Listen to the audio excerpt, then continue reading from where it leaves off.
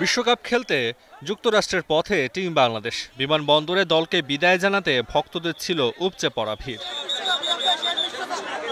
দল দেশ ছাড়লেও নির্বাচন নিয়ে চলছে আলোচনা সমালোচনা। এক সাইফুদ্দিনকে বাদ দেওয়াতেই শুরু হয়েছে মন্তব্য।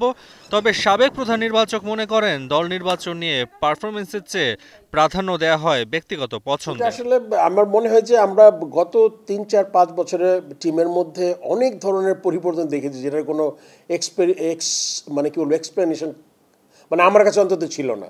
মানে টিম মনে হতো যে অ্যাটলিস্ট ১০-১২ জন মিলে টিম করছে, কারো কারো কোনো একটা পছন্দের পার্টিকুলার প্লেয়ার চলে আসছে, আবার যে ছেলেটা ভালো প্লেয়ার এমনি টিমে চান্স পেতে পারে সে কিন্তু খেলতে পারছে না।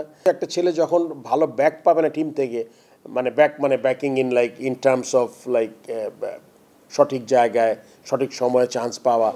ব্যাকআপ ক্রিকেটার থাকায় বাদ পড়েছেন সাইফুদ্দিন। এদিকে টানা খারাপ খেলেও দলে লিটন শান্ত।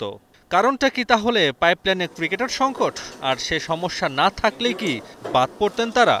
লিটন এবং আমার কথা যেটা বললেন যে এটা অনেকে মনে করতে পারে এক্সকিউজ হতে পারে, বাট এই সিরিজটা আমরা খেললাম আমার মনে হয় না খুব ভালো উইকেট আমরা খেলেছি ইভেন চিটাগংয়ে, এবং ২-৩টা ম্যাচ আমরা বৃষ্টির কারণে কিন্তু অন অ্যান্ড অফ ব্যাটিং করা লাগছে। সো হ্যাঁ, অবশ্যই আমরা রানে থাকলে টিমের জন্য অবশ্যই বাড়তি একটা সুবিধা এবং আমাদের উচিত রান করা প্রতিদিন। আমি যেটা একটু আগে অ্যান্সার দিলাম লিটনের ব্যাপারে, যে লাস্ট মোমেন্টে আমরা চাইনি যে কোনো নতুন একজন প্লেয়ার আসুক। সো আমরা যেই ভুলটা হয়তো অতীতে হয়তো করেছি, বাট আমরা চেয়েছিলাম যে যেই টিমটা আমাদের থাকবে এই টিমটাকে নিয়ে আমরা ওয়ার্ল্ড কাপে যাব।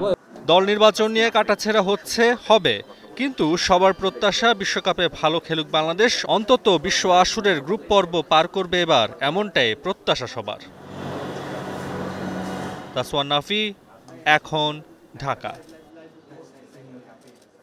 Lily lemon face wash.